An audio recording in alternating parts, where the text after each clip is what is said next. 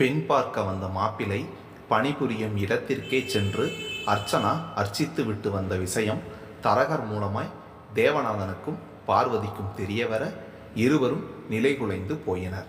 அவ்வப்போது வீட்டு ஓனரம்மாவிடம் வாயடித்து சண்டை போடும் அர்ச்சனா இப்படி வெளியிடத்திலும் சென்று ஒரு மூன்றாம் மனிதனை நாளாந்தாரமாய் திட்டிவிட்டு வருவாள் என்று அவர்கள் எதிர்பார்க்கவே இல்லை. என் வயிற்றுல பிறந்ததா இப்படி? பார்வதி நொந்தே போனான்.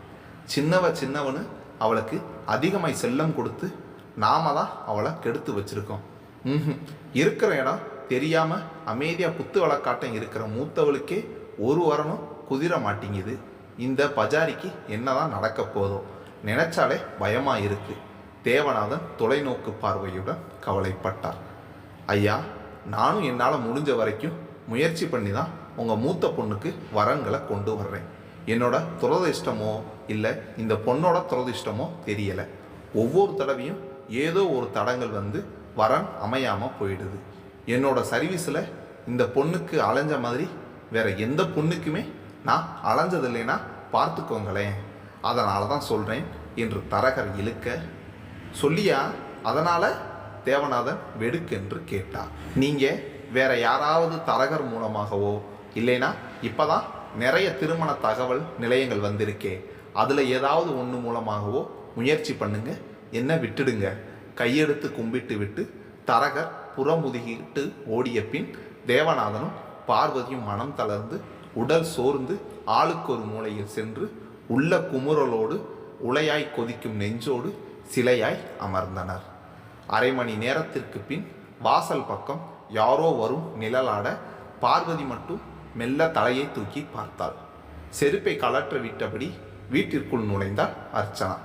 அவளை கண்ட மாத்திரத்தில் அது வரையில் அடக்கி வைத்திருந்த ஆத்திரங்கள் அத்தனையும் கொத்தாய் பீரிட்டு கிளம்ப உள்ளறை நோக்கி செல்லும் அவளை பார்த்து, ஏய் நில்லுடி என்றாள் பார்வதி அதட்டலாய். அம்மாவின் அந்த அதட்டல் குரலையும் அப்பாவின் அந்த தளர்வான நிலையையும் பார்த்ததுமே அர்ச்சனா புரிந்து கொண்டாள். ஆகா, அந்த நாயோட ஆபீஸுக்கு போய் அதை திட்டிட்டு வந்த தகவல் இங்கே வீடு வரைக்கும் வந்துடுச்சு போலிருக்கே. நாட்டில் தகவல் தொடர்பு ரொம்பவே முன்னேறிடுச்சுப்பா. ஏண்டி, உன் மனசில் நீ என்னதான் நினச்சிக்கிட்டு இருக்க? அதான் நேத்திக்கே எங்ககிட்டயே உன் பதிலை சொல்லிட்டேல, அந்த மாப்பிள்ளைக்கு கழுத்தை நீட்ட முடியாதுன்னு. அத்தோட நிறுத்திட வேண்டியதானே. அதுக்கப்புறம் எதுக்குடி அந்த மனுஷன் வேலை பார்க்குற பேங்கிற்கு போய் அவரை அவமானப்படுத்தின? அம்மா, அந்த ஆள் நம்ம அக்காவுக்கு பண்ணின அவமானத்துக்கு பதிலடி கொடுக்க வேணாமா? அதான் அக்கா சார்பில் நான் போய் கொடுத்துட்டு வந்தேன். சற்றும் அஞ்சாமல் தெளிவாய் சொன்னாள் அர்ச்சனா. அது வரையில் அமைதி காத்து பொறுமையாய் அமர்ந்து இருந்த தேவநாதன் கரகரத்த குரலில் மெல்ல கேட்டார். ஏமா, இதெல்லாம் நல்லாவா இருக்கு? ஒரு பள்ளிக்கூட வாத்தியார் தன் பொண்ணை இப்படி வளர்த்துருக்காருனே என்னத்தனமா எல்லோரும் கேவலமாக பேசுவாங்க. நிதானமாய் நடந்து தந்தையின் அருகில் சென்று நின்ற அர்ச்சனா, அப்பா, அக்காவுக்கு பெரிய கேவலம் நடந்திருக்கு, அதை மறந்துடாதீங்க. சரி, அதுக்காக தப்பு செய்கிறவங்கள யாருமே எதிர்கேள்வி கேட்காதனால தான் அவங்க தப்பு மேலே தப்பு செஞ்சுக்கிட்டே இருக்காங்க. என்னைய மாதிரி ஒருத்தர் துணிஞ்சு கேட்டாதான் அதுக்கப்புறம் தப்பு செய்யவே யோசிப்பாங்க.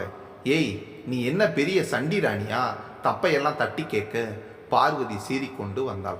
அம்மா, தப்பை தட்டி கேட்க சண்டி ராணியாத்தான் இருக்கணுங்கிற அவசியம் இல்லைம்மா. சாதாரண மனிதனும் கூட கேட்கலாம்.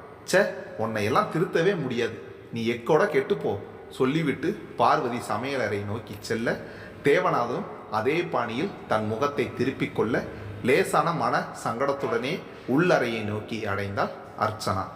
என்னதான் அப்பாவும் அம்மாவும் தான் செய்த அந்த செயலுக்காக தன்னை திட்டினாலும் நிச்சயம் அக்கா சுலோச்சனா தன்னை பாராட்டுவாள் என்று எண்ணிய அர்ச்சனாவின் எண்ணத்தில் இடிவிடுவது போல் சுலோச்சனா அர்ச்சனாவை பார்த்தது, ஏண்டி அப்படி செஞ்ச?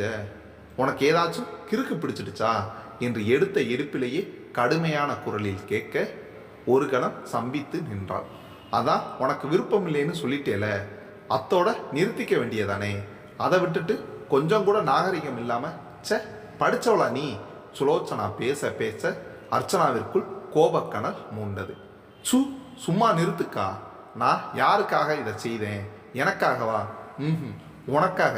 அவன் அவமானப்படுத்தியதுக்கு பதிலடி கொடுக்கத்தான் நான் அவமானப்படுத்தினேன். ஆனால் நீ என்னடானா என்னையே திட்டுறியே, திட்டாம உன்னை கொஞ்சுவாங்களா? ஏதோ குடும்பத்துக்குள்ளார இருந்த 4 பேருக்கு மட்டும் தெரிஞ்சிருந்த கேவலத்தை பொது இடத்துல வச்சு பேசி எல்லோருக்கும் தெரிய வச்சு உன்னோட அக்கா ஒரு தள்ளுபடி கேஸுன்னு தம்பட்டம் அடிச்சிட்டு வந்திருக்கியே, இது எனக்கு அவமானம் இல்லையா? இது எனக்கு கேவலம் இல்லையா? அப்படி ஒரு கோணம் இருப்பதை அப்போதுதான் யோசித்தாள் அர்ச்சனா. அன்று இரவு முழுவதும் உறங்க விடாமல் அந்த உணர்வு அவளை வாட்டி எடுத்தது.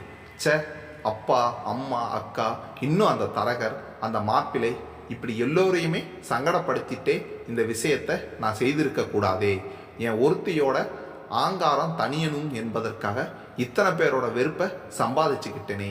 விடிய விடிய உறங்காமல் யோசித்தபடியே கிடந்தவள் அதிகாலை நேரத்தில் அவளையும் அறியாமல் உறங்கி போனாள்.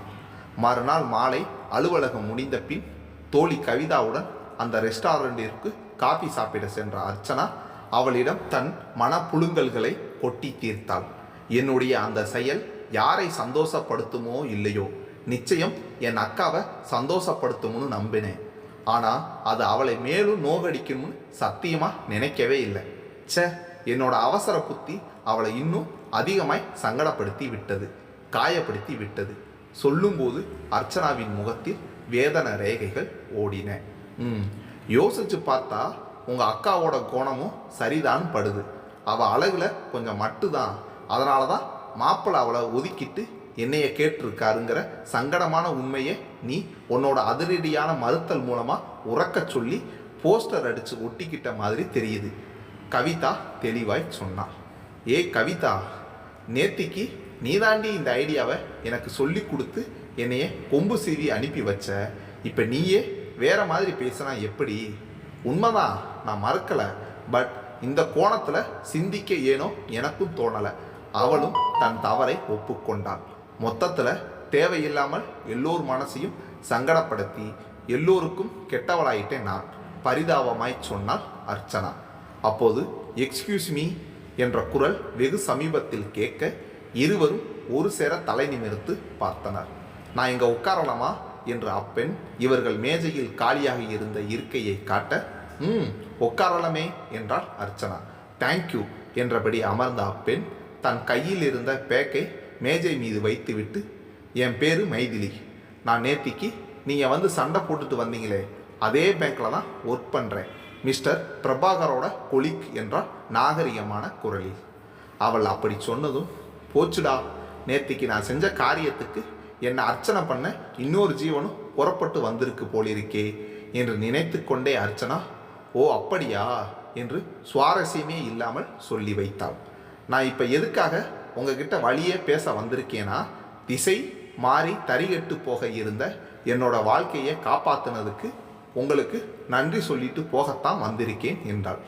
அர்ச்சனா எதுவும் புரியாமல் அந்த மைதிலியை நெற்றியை சுருக்கி கொண்டு பார்க்க, இதனடா புது கதையா இருக்கு?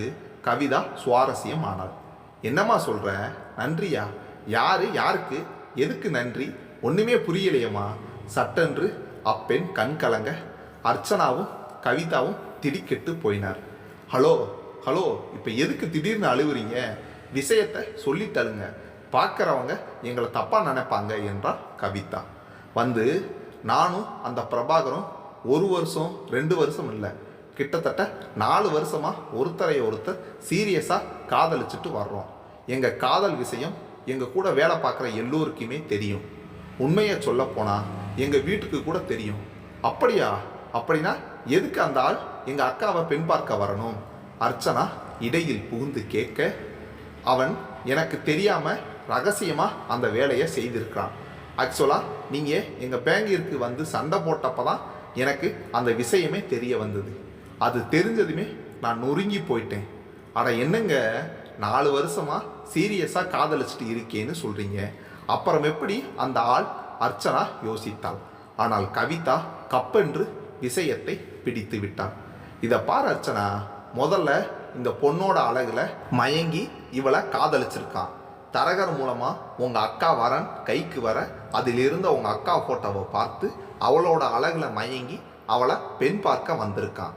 அவளை தொடர விடாமல் நிறுத்திய அர்ச்சனா மீதியை தான் தொடர்ந்தாள். பொண்ணு பார்க்க வந்த இடத்துல பொண்ணு கூட இருந்த என்னை பார்த்து என்னோட அழகுல மயங்கி என்னை கட்டிக்கிறதுல குறியாயிட்டான்.